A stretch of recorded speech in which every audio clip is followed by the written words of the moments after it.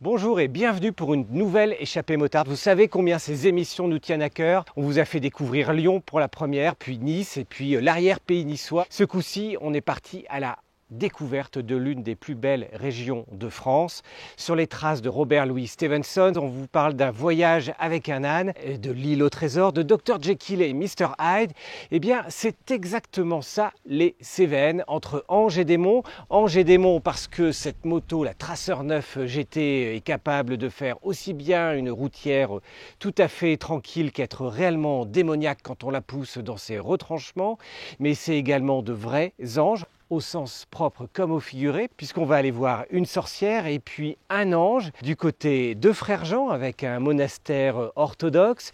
On va surtout avoir beaucoup de rencontres motardes pour vous faire découvrir les spécialités locales. On va vraiment vous donner tous les secrets. On vous emmène sur les petites routes des Cévennes.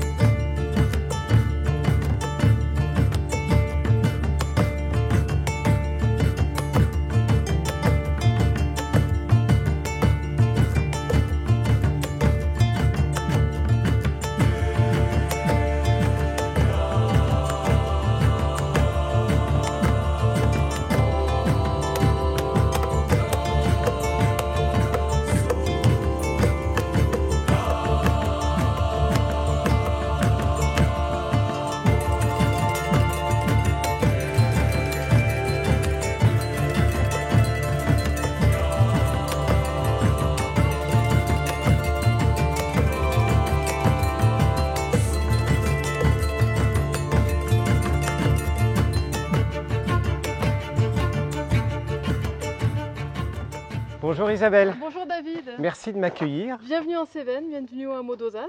Eh bien, d'autant plus qu'il n'était pas facile à trouver. Hein. C'est juste mystérieux le hameau d'Ozas. Il n'y a pas de pancarte, il n'y a rien. Ouais, en général, les gens se perdent. C'est une voie sans issue, un cul-de-sac comme on dit.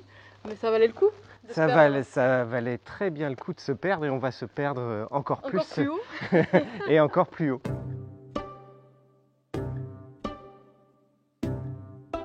Ce sont des spécialités locales ou c'est... Alors, spécialité, écoute, ça vient du jardin, les pêches de vigne récoltées du jardin d'en face. Et là, c'est les prunes. C'est un peu acidulé, un petit peu acide, mais c'est vraiment naturel. Là, pour la peine, il n'y a pas de traitement, il n'y a rien du tout. C'est le brut de l'arbre. Là. C'est ça, les nouvelles sorcières, c'est le contact avec la terre et puis les yeux dans les étoiles. Pour moi, c'est important de dire les pieds sur terre et la tête dans l'étoile, c'est garder cette connexion au vivant. Enfin, pour moi, une sorcière, c'est quelqu'un qui a une connexion au vivant, qui soit humain, d'accueillir, voilà, rester en contact vraiment avec quand même notre humanité, notre fraternité, être au contact des plantes, donc du végétal, qui soit plantes, arbres, respecter tout ça, et animal. D'ailleurs, si on part en balade, tu vas voir qu'il va y avoir l'équipe qui va nous rejoindre avec mes deux animaux. C'est vraiment ce lien avec le vivant, avec un grand V, et l'expérimentation de cette vie, en fait, sous toutes ses formes. Et c'est de ne pas être plus en contact d'un particulièrement, c'est de respecter, en fait, tout ça, et de vivre en harmonie. Parce que moi, là, je vis dans la nature, hein, tu vois, le contexte, le cadre. Donc, je ne peux pas arriver comme ça, avec une certaine suprématie, et m'installer ici. Je dois quand même... Les Cévennes ont cette richesse, c'est que c'est un parc national, c'est le seul parc et le premier parc habité en France. Tous les parcs sont préservés, c'est le seul parc où il y a des habitants. Et les Cévenols ont réussi quand même à, tu vois, un petit hameau comme ça, à se faire un bout de terre, mais à ne pas empiéter sur la nature. Je crois que c'est une caractéristique forte des Cévennes, c'est qu'ils ont réussi à se fondre par l'architecture, par le choix des pierres, en Lozère, la Loze, tout ça, à se faire discret et à laisser quelque part la nature autour. Donc voilà, c'est aussi ça. C'est pas être au-dessus ou en dessous, c'est vraiment faire un avec les éléments naturels. Les Cévenols sont des personnes silencieuses, solitaires et sauvages. Et je trouve que c'est une belle définition, assez juste, en 3 mots, de ce qu'est le Cévenol, dans sa manière d'être au monde et en interaction. Alors venir à vivre ici, tu sais, c'est une terre d'accueil. Hein. Il y a à la fois beaucoup d'ouverture, et à la fois tout un système de valeurs qui n'est pas visible au premier abord et qu'il faut intégrer progressivement, tu vois, des codes, tu sais, c'est non dit, c'est invisible et du coup c'est pas évident à détecter parce que c'est pas écrit ces valeurs cévenoles, tu vois. Il faut vraiment lire entre les lignes, entre les mots, entre les comportements, ce qui se fait, ce qui se fait pas, les attitudes à avoir ou pas, pour comprendre un peu ce caractère assez austère, assez dur, mais il est lié à cette terre qui est austère. Et donc tu as 3 tables d'orientation en fait. Il y avait marqué table d'orientation, Au mais il y en a 3. Mais il y a celle-ci, une juste à côté, et une on voit plus la ville d'Alès, l'agglomération, et on doit voir le Ventoux. Alors, tu vois, on a une vue quand même 360, si on fait les 3 qui tables. est juste magnifique. Hein. Qui est dégagée, où on voit ces montagnes avec tous ces reliefs, ces vallons. Bon, j'ai pas besoin du tapis, mais tu sais, c'est un espace sacré qu'on ouvre là. Alors oui, la magie la de la moto que l'on a actuellement, c'est une Yamaha Tracer 9 GT. Ça fait 5. Ah, intéressant. Donc on a l'ermite pour Yamaha et on a la 5. La 5, c'est le pape. Tu vois, Yamaha regarde dans une direction et ce modèle-là, peut-être dans une autre. Et c'est ça qui est intéressant au tarot, parce que je vais pouvoir te parler de symbolique. Ce qui est intéressant, c'est de les mettre à côté, de voir ce qu'elles se disent, toutes les deux, de ne pas les prendre séparées.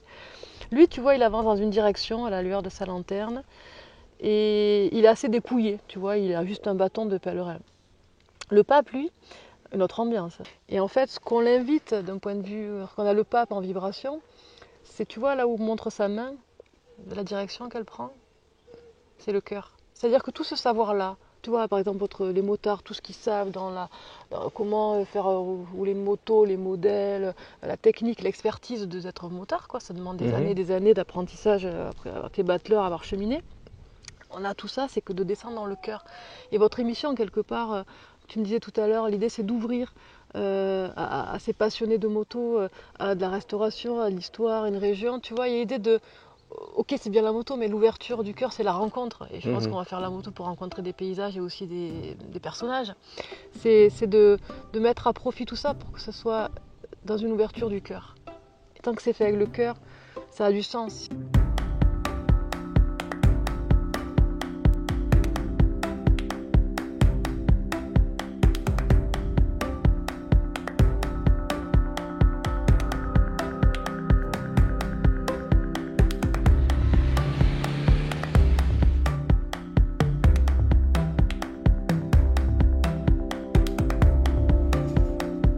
Mathieu, bonjour. Bonjour. Bienvenue au Mas de la Courme. Merci. Vous avez une belle moto. Motard ? Ouais, je suis motard. C'est le dernier modèle Oui, c'est la toute dernière Tracer. Je vous suis. Avec plaisir, c'est par ici. Hop, allez-y. Merci. Petite Charlotte. Numéro, je vais le serrer. Donc là, Vanessa, fromagère, qui est en pleine fabrication de... Bonjour. Donc là, elle est en train de recharger des cœurs. Donc toute notre production, nous ici, là, c'est du fromage lactique, donc type Pélardon. C'est une appellation contrôlée ? Ouais, NAOP, appellation d'origine protégée. Okay. Donc c'est la reconnaissance AOC qui est la reconnaissance française. C'est la même reconnaissance au niveau européen. Le cœur de l'appellation, c'est les Cévennes, parce qu'à l'origine, c'est vrai qu'on parlait du Pélardon des Cévennes. Et après, quand il y a eu la démarche AOP, il y a eu des zones un peu de garrigue qui étaient les zones limitrophes aux Cévennes qui ont été rattachées. L'AOP, c'est 11 jours d'affinage. Ça laisse le temps au fromage de basculer du fromage frais au fromage déjà un peu plus affiné. On va perdre le côté acidité du fromage frais. Et ça va permettre d'avoir un peu des goûts un peu plus marqués. Donc à 11 jours, c'est un fromage qui va être assez doux. Il va être crémeux, il va être très fondant. Ça, c'est le fait de mouler à la louche. Et il va avoir des goûts de chèvre assez doux parce qu'il est encore jeune. Tout est fait à partir de vos chèvres ? Oui, on mélange 2 traites. On mélange la traite du soir et la traite du matin. D'accord. Là, vous avez la traite d'hier soir et de ce matin. Donc on a mélangé ces 2 traites, on a refroidi à 20 degrés et là on a rajouté de la présure.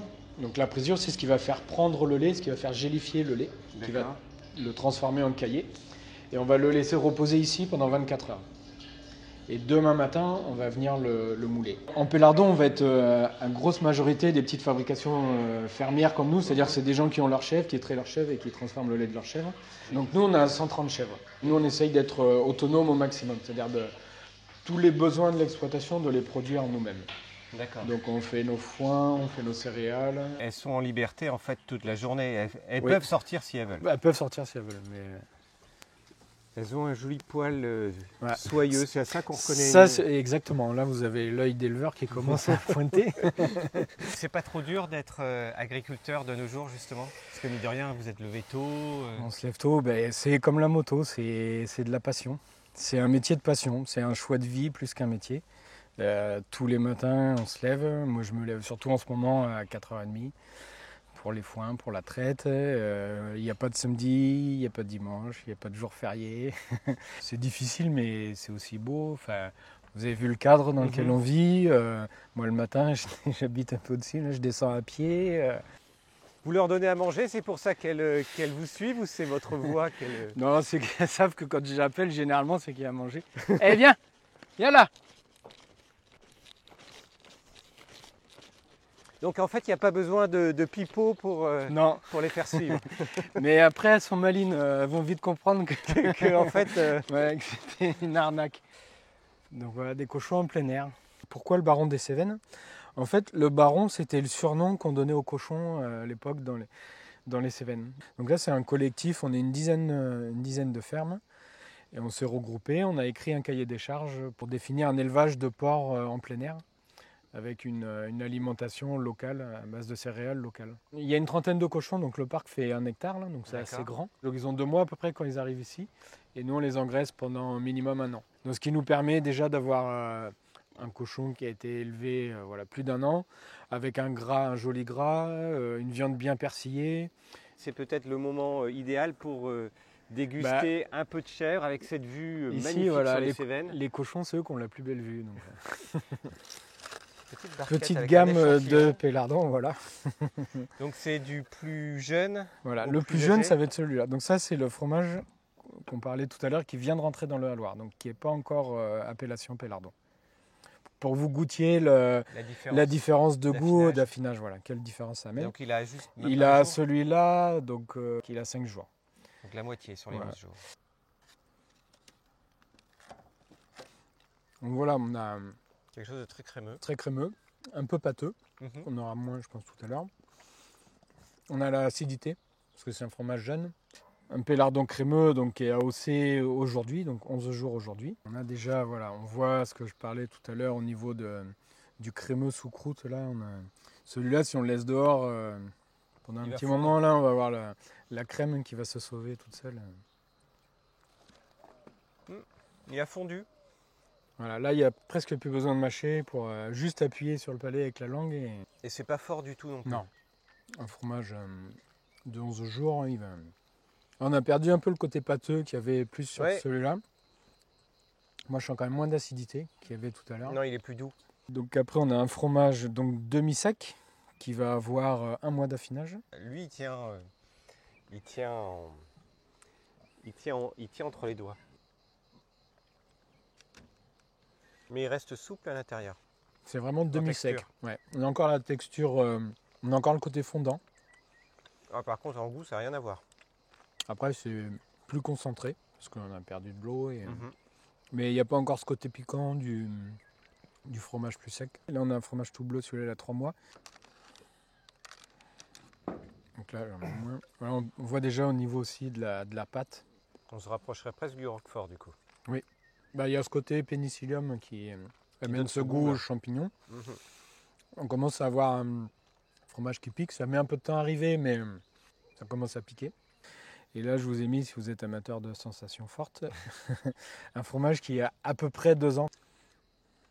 Là, vous n'êtes pas obligé de tout manger, si ça fait beaucoup peut-être. T'es prête ou C'est pareil, c'est effet rétroactif. Ça met un peu de temps à venir. Oui. Il y a un effet rétroactif, oui.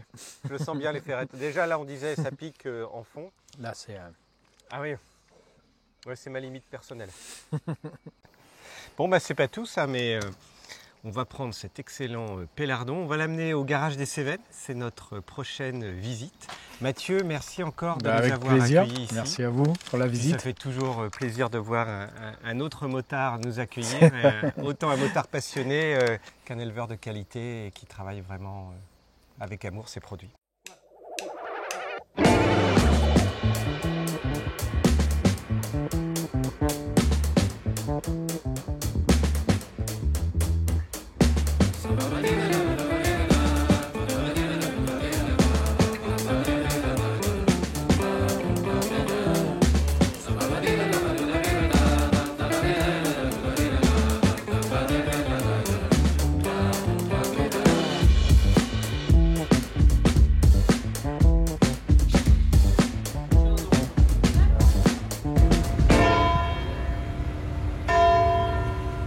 À Anduze, c'est le marché qui a lieu tous les jeudis Et quand vous arrivez ici, vous êtes déjà accueilli non seulement par le bruit et le son de l'horloge, mais également par toutes les odeurs des étals.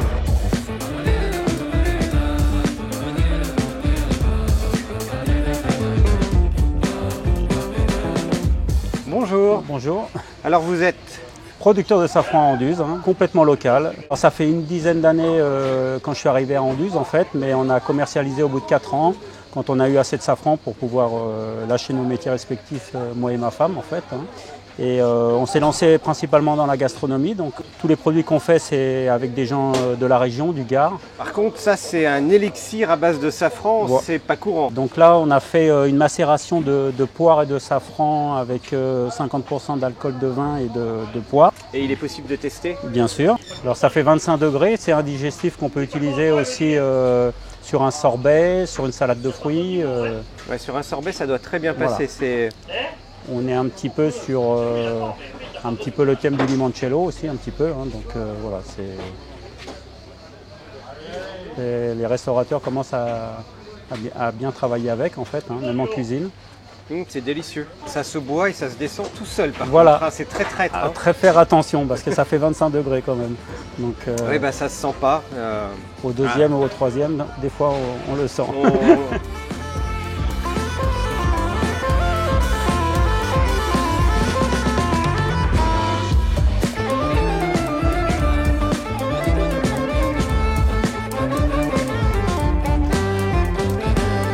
Et bien voilà, on nous a ouvert les portes de la tour et on en a parlé, anges et démons, c'est le moment de nous élever. On s'élève vers le ciel en ce moment dans la tour d'Anduze.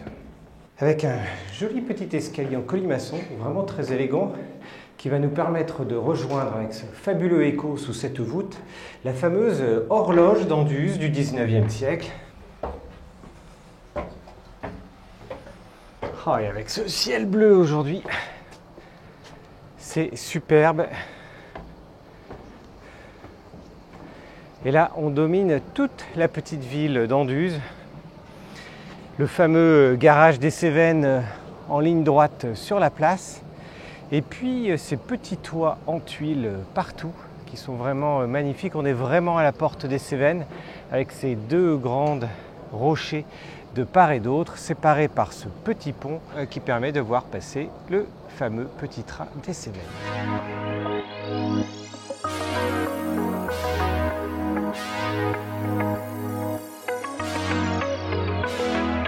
Et maintenant, on va vous montrer un petit secret des Cévennes et puis une rencontre mystérieuse que l'on va faire à l'intérieur. Allez, je vous emmène avec moi, venez. Bonjour. Bonjour Nicolas. Ça va Nick? Très Nicolas bien. Et Magali, bienvenue au garage des Cévennes. Yo chef. Bonjour. Bonjour. Eh bien, on sait que vous avez une fameuse recette du chef au pélardon. On vous a amené directement le pélardon de la ferme. Celui de Mathieu, il est vraiment excellent. Très donc, on va vous préparer ça alors. Parfait, merci. Avec à tout de plaisir. suite. À tout de suite. Bon, allez, on va commencer part de l'entrée. de l'entrée. Parce que mon ancien métier, c'est chaudronnier, usineur, etc. Qu'on fait encore. D'où le travail avec le métal. Voilà, en fait, c'est des trucs assez simples, basiques, mais on fait ce qu'on sait faire. Ça, ici, c'est la partie bar à l'avant. Donc, on a la vieille voiture là qu'on est en train de transformer en C'est Ford. quoi? C'est une Ford? Une Ford A, ouais. Tu vois, on a fait le carrousel là qui tourne, tout le bar, etc. On est en Donc place. là, c'est vraiment vous, c'est ta personnalité. Et celle de ma femme surtout, parce que c'est elle qui fait les designs et moi qui D'accord. exécute en gros, quoi. Et donc on est en plein centre d'Anduze, quoi, un village très touristique. Et c'est rigolo, quand on est de l'extérieur, il faut connaître l'adresse. Parce qu'on a l'impression d'un petit troquet standard, entre guillemets. Il faut Ben, rentrer dedans. c'est un peu le principe aussi. Mhm. C'est que les gens curieux, ils vont rentrer et découvrir. Il y a Des œuvres d'artistes sur les voilà, murs. donc on fait beaucoup d'expos. En ce moment, il y a 2 expos, une expo peinture sur un thème d'animaux et une expo photo. Et après, dedans, on a nos motos quand on s'en sert. C'est toutes les motos qu'on a pour fabriquer les pièces qu'on fabrique ici. Et là, on rentre vraiment dans ce qui était un ancien garage. Et vous avez Mais relié. depuis là-bas, c'était un garage. Ah, le garage commençait depuis Ouais, l'entrée. donc on a tout démoli et on a tout refait. D'accord. Donc toutes les pierres remises à nu, Voilà, le avant bois. ça c'était crépi, quand on a décrépi on s'est aperçu que c'était joli, donc on a refait les joints, etc. Toutes les motos roulent du coup Celle ici oui, après j'ai des motos de show qui sont là-bas, D'accord. qui ont roulé, mais qu'on ne se sert pas tous les jours, donc voilà. Là j'ai un peu de stock de pièces. Donc l'idée de base c'était une immersion dans l'entreprise, de pouvoir voir un peu l'envers du décor, etc. Nous on fabrique des pièces, principalement des carters moteurs, qui donnent un côté vintage aux motos. C'est-à-dire que vous allez acheter une moto neuve en concession, vous mettez nos pièces dessus et on dirait qu'elle a 30 ans. Voilà. 30 ans. On marche très bien. Et puis on fait 80% de nos ventes à l'export. Et ça marche comment du coup? Les gabarits sont faits à partir des pièces d'origine À chaque fois, ce qu'on fait, c'est qu'on achète la moto, qui correspond à un moteur. On achète la moto, on démonte le carter, on fait une digitalisation du carter en numérique. Et après, on retravaille ça en CAO. On fabrique les moules avec les surépaisseurs d'usinage, un peu le design qu'on veut donner. Ensuite, on fait une fonderie grâce à nos moules. Et on reçoit les pièces brutes de fonderie comme celle-là. Ah, c'est pas de l'impression 3D, donc c'est non, c'est de la vraie fonderie. C'est de la vraie fonderie d'aluminium. D'accord. Et après, donc, Axel est en train d'usiner les pièces. Donc ça, c'est la première étape. Il refait tous les perçages, toutes les codes fonctionnelles en fait. Il va refaire les perçages, les filetages pour les bouchons. Et voilà. Et après, on a différentes finitions. On les fait peindre, on fait du black. Voilà, ça, c'est par exemple un modèle pour M8, hein, mais notre catalogue, il a plus de 200 pièces, quoi. On fait des phares, plein de... Vous les verrez en fait sur les motos qu'on a, on met des petites touches de nos pièces évidemment. Et l'idée, c'était que les gens puissent boire un café ou manger en voyant.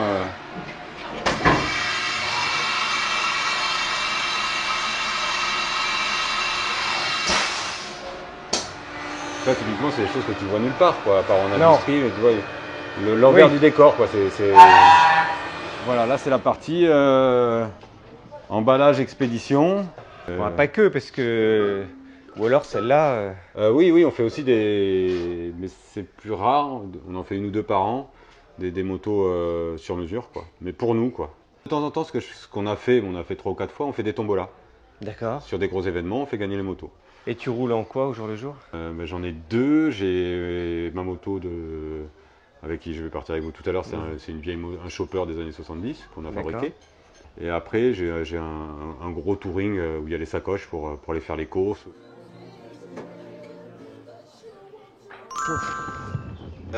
Alors ouais, pas beaucoup. Hein. Pas trop longtemps. Ah ouais, il fait encore plus chaud dedans. Alors, on va faire cette interview rapidement parce que, avec la chaleur des sièges, je sens mes hémorroïdes qui commencent à me taquiner. Mais t'as le sens de l'humour, donc c'est bon. Et bah ouais, mais bon, j'ai aussi le sens des hémorroïdes. Hein. Les deux sont corrélés. Exactement. Bonjour le repère des motards. Bonjour Pierre, Comment enchanté. allez-vous le repère des motards? Eh ben, on va très très bien. Et alors, pourquoi faire un festival de l'humour dans les Cévennes et plus particulièrement à Anduze et encore plus particulièrement dans ce garage? Eh ben, alors pour plusieurs raisons. D'abord parce que ça fait 4 ans que j'habite à Anduze avec ma femme et qu'on est très bien, qu'on connaissait pas. Moi, je connaissais pas du tout les Cévennes. J'ai découvert les Cévennes en arrivant là. Nous, notre métier c'est la scène. Ma femme est chanteuse, elle s'appelle Guédré, et notre métier c'est la scène. On aime bien ça et on s'est dit qu'on aimerait bien, voilà, organiser et puis participer aussi à la vie culturelle de la région. Et Anduze, c'est une ville qui bouge beaucoup en ce moment, où il y a plein de choses. Il y a le garage des Cévennes qui s'est installé là il y a 2 ans, qui grossit de plus en plus, qui est tenu par Nicolas et Magali, qui sont adorables et qui font plein de trucs pour le village. Et ça nous a permis de faire la première édition cette année. Et il y aura combien d'humoristes qui seront là? Il y a Émeric Lompré qui vient, il y a Johan Mété qui fait un spectacle sur l'Ultra Trail du Mont Blanc qui est très marrant. Il y a l'Oiseau Bleu qui a Arnaud Aymar qui fait un spectacle familial sur le monde de l'entreprise raconté aux enfants, etc. Sur plein de trucs, c'est très marrant. Et puis le soir, il y a Dimonet qui est un chanteur montpelliérain et qui fait du rock un peu dansant. Et voilà, donc on espère que les gens vont danser. C'est comme pour les hémorroïdes, c'est le début de notre interview, il faut danser. Exactement. Ça fait danser sur le tabouret. Pierre, merci encore. Merci à vous. Heureux que tu apprécies d'être autant sous le soleil sur des sièges en cuir, juste très très frais. C'est un enfer, c'est un enfer, je suis comme un gros porc, c'est terrible. Et puis bonne journée, puis excellent festival à toi. Merci beaucoup et bonne route à vous. Merci. Je vais faire semblant de sortir parce que j'arrive pas à atteindre la poignée, de toute façon elle est trop loin. Là. Je vais t'aider. Je suis bien trop gros pour cette voiture.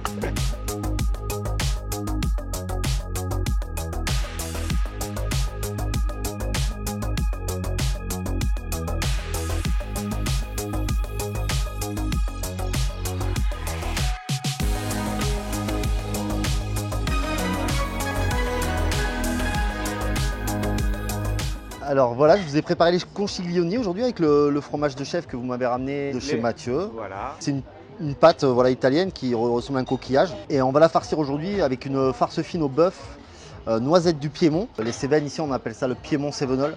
Ça ressemble beaucoup à certaines régions du Piémont, donc j'ai fait un petit clin d'œil avec la noisette du Piémont. Ici une farce fine au bœuf, basilic, votre fromage de chèvre et des noisettes évidemment. On va venir couper des petits morceaux de chèvre. Voilà. Ce sera la petite surprise quand vous allez venir déguster votre ravioli. Je vais juste remplir avec la petite farce aux chèvres et ensuite on va venir le faire gratiner avec un petit peu de parmesan.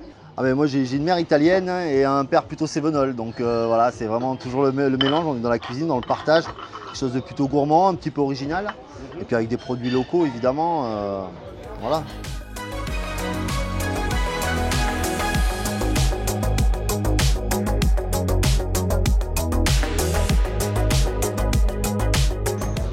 Les pâtes sont croquantes, on sent bien la farce et on sent le goût du pélardon.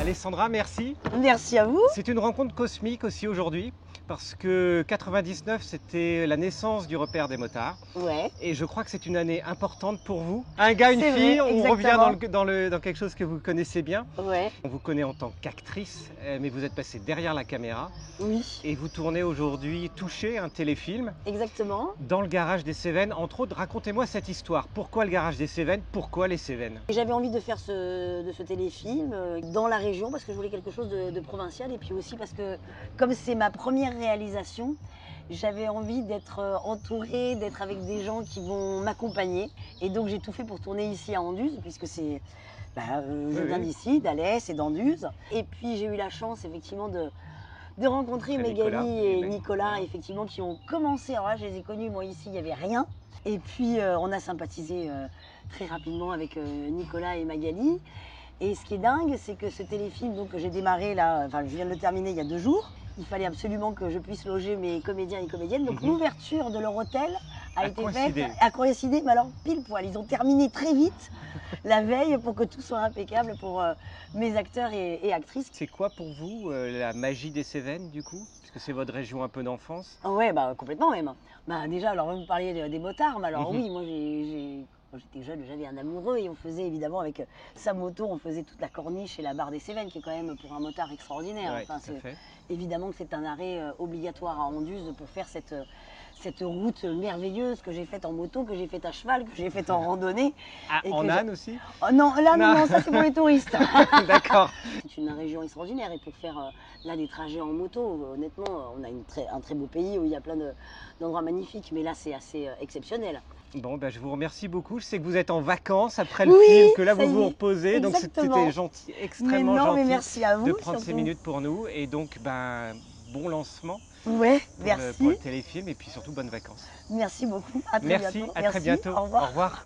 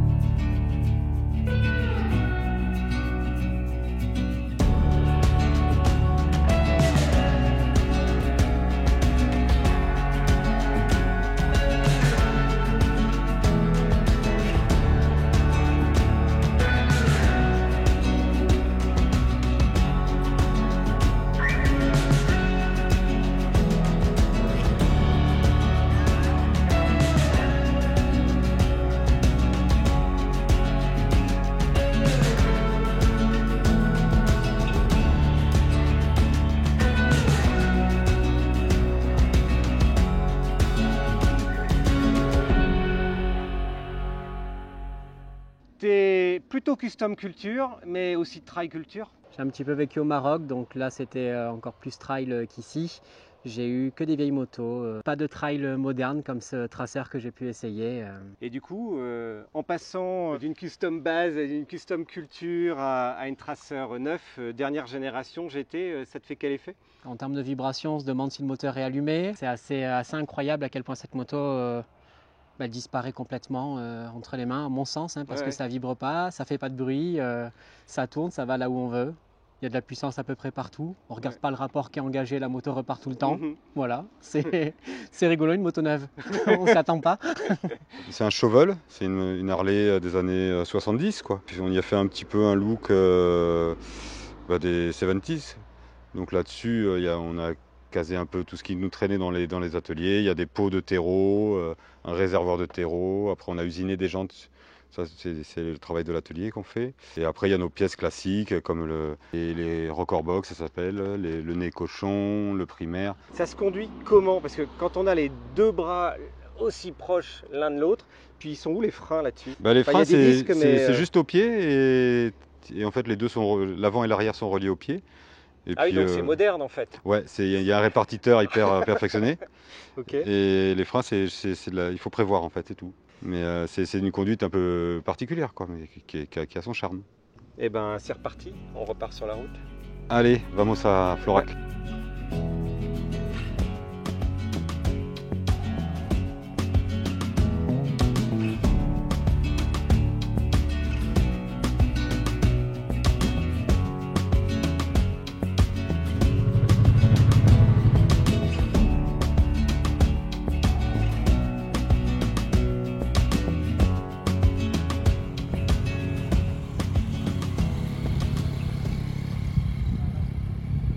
Julien, merci de nous accueillir. Merci à vous d'avoir sillonné autant cette route avec beaucoup de lacets, n'est-ce pas, pour venir jusqu'à nous. Vous avez vu un peu le territoire dans lequel on était. Moi, depuis tout petit, j'ai fait beaucoup d'enduro, parce qu'on est quand même dans un paradis juste génial de tout-terrain et d'off-road. Tu vas me faire découvrir ton entreprise qui fabrique des jeans français. Oui. C'est important. Alors c'est important d'autant plus qu'on fabrique des jeans français depuis 130 ans. Donc c'est le plus ancien. Voilà, c'est la plus ancienne, très ancienne maison qui a été fondée par mon arrière-grand-père. Alors là aussi c'est pareil. C'est l'histoire familiale. C'est ça, exactement. Moi je suis la 4e génération. Mais en tout cas, je me plais à dire que ce que vous allez voir là, dans ce bâtiment génialement moderne, avec des équipes plutôt jeunes, c'est exactement la même chose qui se passait à l'époque de mon arrière-grand-père. On fait ce même métier-là, sauf que nous, avec Myriam, ma compagne qui co-gère l'entreprise, on est venu joindre tous les moyens modernes de communication, fabrication, digitalisation, mais en gros le cœur du métier c'est le même. Et c'est toujours la toile de Nîmes, de la ville de Nîmes. Exactement, mais d'où notre présence ici. Cette fameuse toile de Nîmes teint au bleu de Gênes, l'indigo. Et une fois que vous la connaissez cette toile, une fois qu'elle a été massivement exportée outre-Atlantique, toile de Nîmes c'est devenu le de Nîmes. L'indigo on appelait ça le bleu de Gênes, blue de Genova, blue jeans. Donc c'est pour ça que ce terme de jeans en fait c'est cette contraction de ce bleu de Gênes, l'indigo. C'est pas la partie la plus, la plus sexy de notre métier, mais on n'est rien sans ça. Si je vous montre ça, c'est que nous, à Florac, les tailleurs-confectionneurs, les maîtres tailleurs-confectionneurs, on commence à travailler quand on reçoit les rouleaux de toile. C'est-à-dire que voilà, on n'est pas filateur, on n'est pas tisseur, on est confectionneur. Par contre, charge à nous de trouver les plus belles toiles. Chez nous, belle, ça veut dire 3 choses. Ça veut dire belle esthétiquement, bien évidemment, belle mécaniquement, que ce soit robuste, et aussi belle que ces toiles soient impeccables d'un point de vue éco-responsabilité et d'un point de vue vraiment aspect sociétaux. Ça, typiquement, c'est de la fibre de chanvre, 100%. Là-dedans, c'est de la fibre de laine avec des moutons de la région. Donc, on a pu aussi aller vraiment loin dans les filières locales et les filières éco-responsables. On doit utiliser une petite vingtaine de toiles différentes. Hop. Alors, bienvenue dans l'atelier. Le travail atelier Tuffery, ça va débuter par ça. Par ça, voilà. À la base, qu'on aime ou qu'on n'aime pas le look d'Atelier Tuffery, vous en pensez clairement ce que vous en voulez et vous avez raison. Par contre, on a cette petite réputation de la coupe parfaite au sens technique du terme parce qu'on va passer énormément de temps à peaufiner les coupes avec le travail de la main. Donc ça, c'est vraiment le vrai savoir-faire d'Atelier Tuffery, ce travail de maître tailleur-confectionneur qui est mon père, que sont une partie de l'équipe, où vraiment d'une idée, on peut bâtir un jean. Donc au mur, si tu veux, tu as toutes les pièces pour fabriquer un jean. Plus de 100 étapes pour fabriquer un jean, très compliqué. Le jean est un des produits les plus compliqués à fabriquer. Et la machine dans laquelle tu mets toutes ces pièces et ça fait le jean tout fini tout seul, elle n'existe pas. Jean-Jacques. Je te présente voilà, un formidable exemplaire de la 3e génération, sans qui rien n'aurait été possible, mon papa, Jean-Jacques. Super équipe, il y a des jeunes motivés, il y a une bonne ambiance, c'est très humain, ça me choque pour avoir pratiquement que des jeunes. Ouais. Je ne pensais pas retrouver ça à notre époque. Nous, aujourd'hui, chefs d'entreprise d'un métier manuel, en fait, on a une très lourde responsabilité. On passe notre temps à dire que le métier manuel, c'est génial, qu'on a un travail fantastique, qu'on a des super ateliers. Par contre, il faut être cohérent à la démarche, aller jusqu'au bout. C'est-à-dire de vraiment repenser le métier pour vraiment avoir des beaux ateliers. Typiquement, dans l'univers textile, si tu veux être performant et gagner beaucoup d'argent, tu ne fais absolument pas ce qu'on fait là. C'est-à-dire que tu fais plutôt des hangars construits à la va-vite, des files longues de machines à coudre, et c'est parti, il faut aller, il faut produire une personne, une tâche, et on produit du jean. Bon, mais on est à l'antipode de ça. Toutes ces géniales personnes-là sont formées à la polyvalence des postes.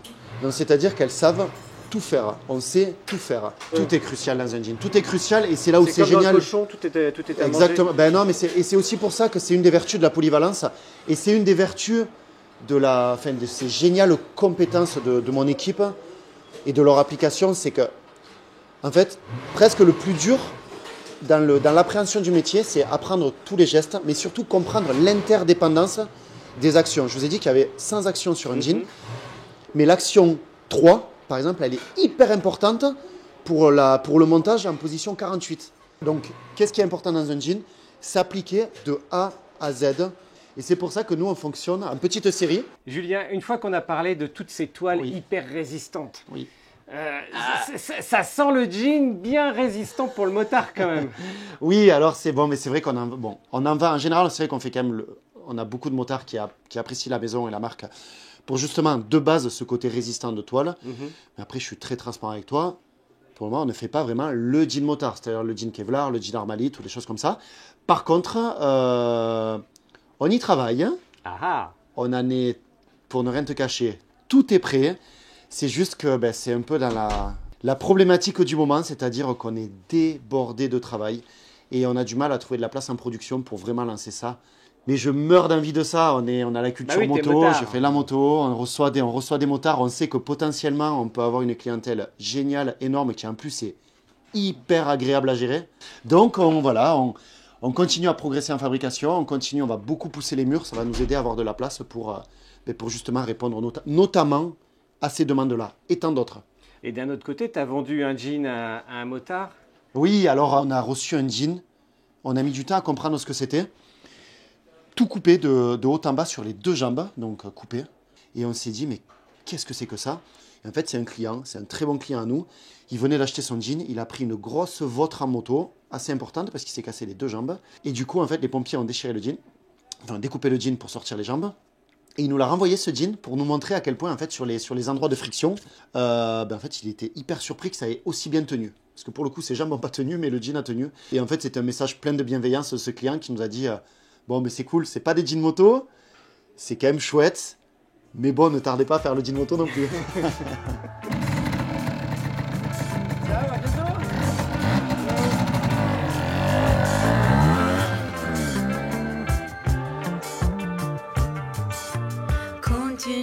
Passionnément, le cœur revit.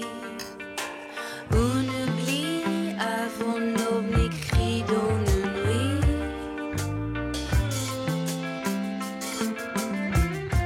Eh bien, la Lozérette, c'est un relais motard. Pourquoi? Parce qu'il y a un garage pour abriter les motos, il y a de quoi réparer et il y a même un compresseur pour faire sa pression d'air dans les pneus. Ça, c'est important pour partir en toute sécurité.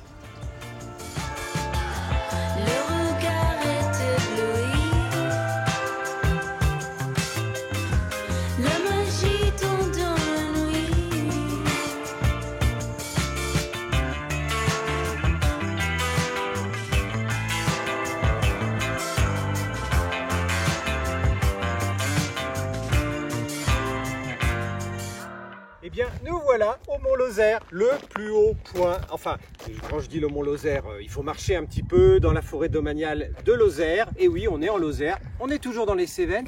C'est le plus haut point également qu'a suivi Robert Louis Stevenson dans son fameux voyage avec un âne. Franchement, les petites routes sont juste superbes. C'est très étroit, il faut faire gaffe. Et puis surtout la température, en bas en chemisette, on crevait de chaud. Ici avec le blouson, ben, il fait frais, hein, 1541 mètres quand même. Donc eh ben, ça vaut vraiment la peine. Le paysage en plus, il est vraiment différent hein, de la vallée qui est en bas. L'air, il est très sympa. Là en ce moment, on sent bien les odeurs de fleurs, etc. Qui remontent. Il n'y a pas les abeilles, on les voit pas, mais on devine qu'il doit y en avoir pas mal. Franchement, c'est super sympa.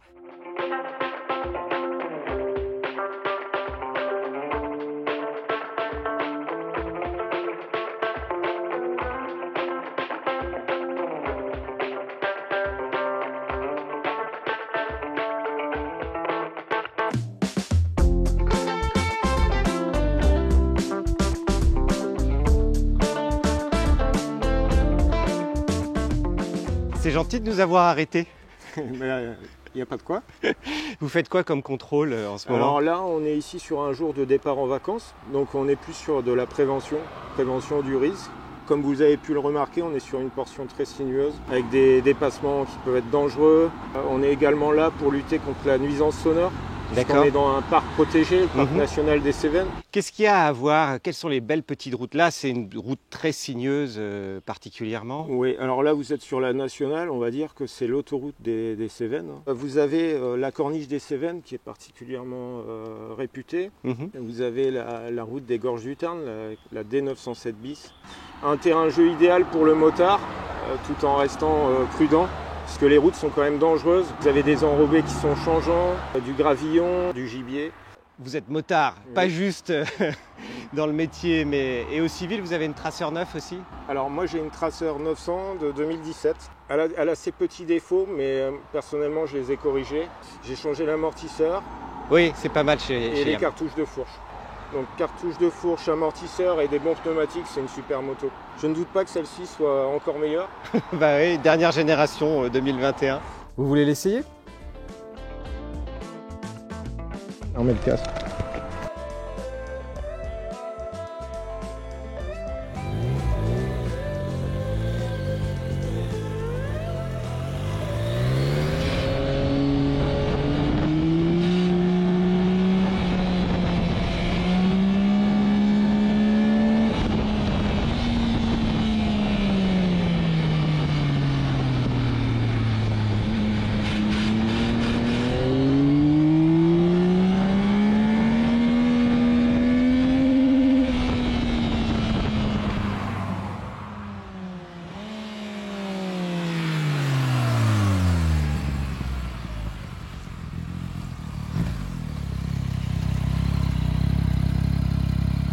Alors? Allez, super. C'était sympa? Ouais, super machine. Le seul petit point faible, vous m'excuserez, hein. Ah, c'est la garde au sol.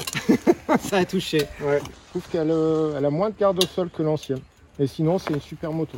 Alors rapidement, pour la trajectoire de sécurité, c'est une trajectoire qui permet donc de voir le plus au loin possible les gravions, le gasoil, etc. Enfin, tous les éléments qui peuvent vous mettre en danger.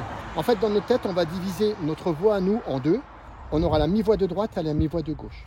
On divise en fait le virage en 4 zones. Zone d'entrée, zone de découverte, zone de sollicitation progressive et la reprise de stabilité. Tout d'abord, on va adapter notre vitesse pour la zone d'entrée. Puis dans la zone de découverte, on va rester sur notre mi-voie de droite quand on prend les virages à gauche.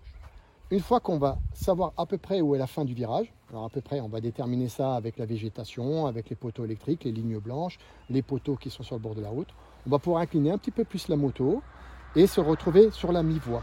Donc on va faire 3 actions, on va faire un report de regard, solliciter un petit peu l'accélérateur et incliner un peu plus la moto pour en fait arriver sur cette mi-voie. Après un virage à gauche, on va prendre un virage à droite, forcément, ici il n'y a que ça, c'est gauche ou droite. Donc là, on va devoir se repositionner. On va se mettre sur la mi-voie de gauche pour essayer de rester le plus longtemps possible. Et avant la fin du virage, on va se rabattre sur la mi-voie de droite. Sauf s'il y a bien sûr des dangers. Et c'est souvent le gros problème qu'on rencontre avec les stagiaires. On leur inculque ça de telle sorte qu'ils ont toujours l'impression d'avoir l'obligation de faire cette trajectoire-là à 100%. Alors que quand il y a des gravions ou quand il y a un obstacle, il faut déroger de cette trajectoire. Il y a autre chose aussi qui nous oblige à déroger de cette trajectoire, c'est les automobilistes qu'on voit actuellement. Lorsqu'on a des véhicules qui viennent en face, on ne va pas rester sur la mi-voie de gauche parce qu'on va les croiser de façon relativement proche. Et pour éviter ça, on va se décaler. Donc on va appeler ça des coussins de sécurité. On va se décaler sur la mi-voie pour éviter de faire peur aux automobilistes, de prendre aussi leur vent qui génèrent avec leur déplacement, voilà, pour être en sécurité. Le but, c'est de partir le matin en moto et de rentrer le soir d'abéquillé et que tout se soit bien passé.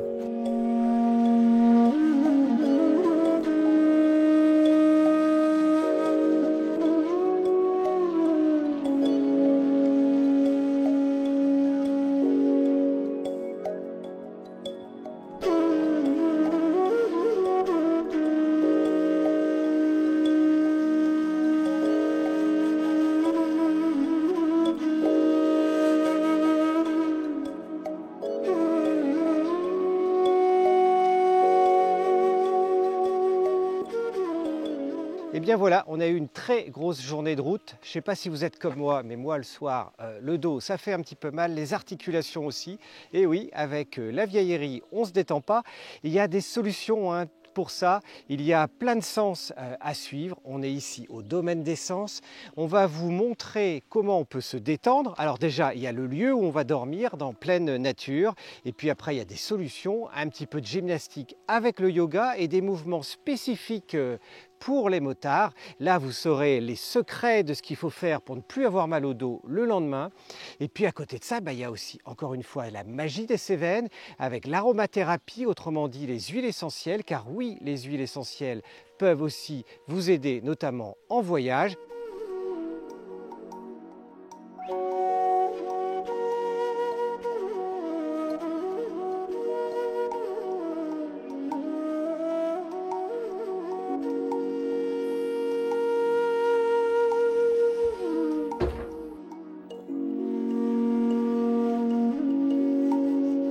Pourquoi le domaine des sens? Tout ce qu'on fait dans la vie, il faut que ça ait du sens. Et deuxièmement, parce qu'on est dans un domaine où on apprend l'aromathérapie, donc l'utilisation des huiles essentielles qui font travailler les sens, mais principalement c'est le sens olfactif. Alors ici, on fait les plantes de la garrigue, principalement les lavandes. On a du romarin, donc un romarin bien précis, le romarin de la garrigue, là, un romarin très utilisé, très apprécié, très important en aromathérapie.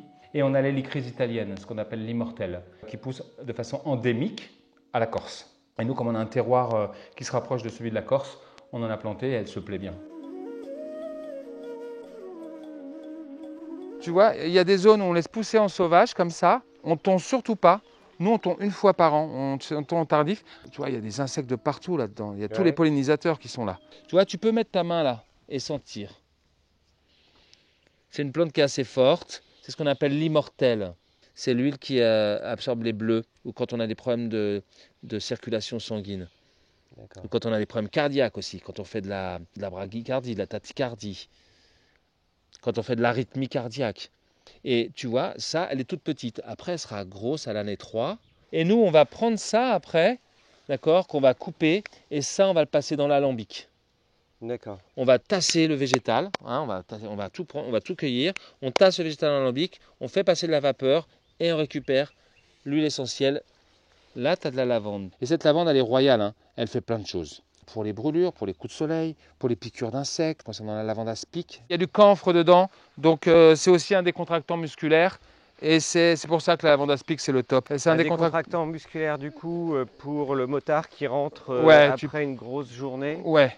Tu fais un mélange hélicryse, lavande aspic, Golteri. Ces trois-là, pour les problèmes de courbature, de mal de dos, positionnement du dos, t'es tranquille. Moi, je pars en voyage avec les enfants. Au lieu de prendre une grosse pharmacopée, je prends toujours ma lavande aspic, la Golteri, l'hélicryse italienne.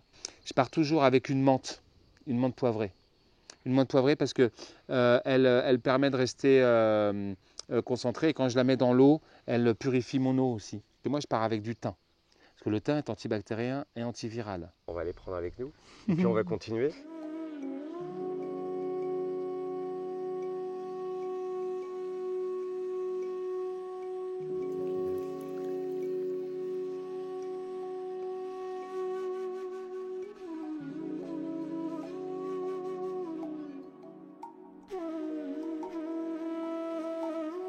Moi, là, si je reviens de la moto, je me mets allongé, mais qu'est-ce que je vais faire? Je vais faire une rétroversion du bassin Donc lever le sacrum pour coller mes lombaires au sol. Et je repose, d'accord? Donc là, je suis collé ici, ici, ici, mais du coup, ça a mis ma tête en arrière. Donc je reprends ma tête et je l'allonge. Je mets mes pieds et là, je colle mes lombaires. Donc c'est collé d'ici à ma tête. Et là, c'est bon.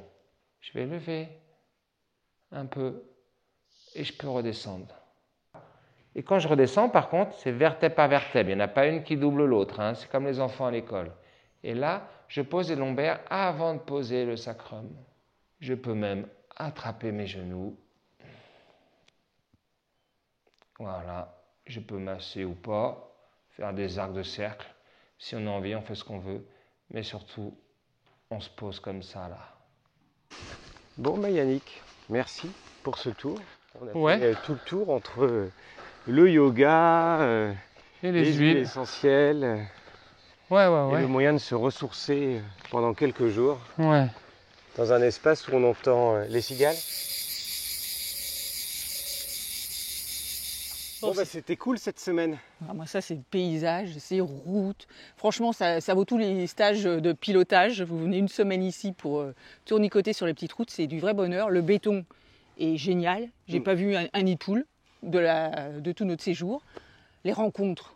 C'était magique.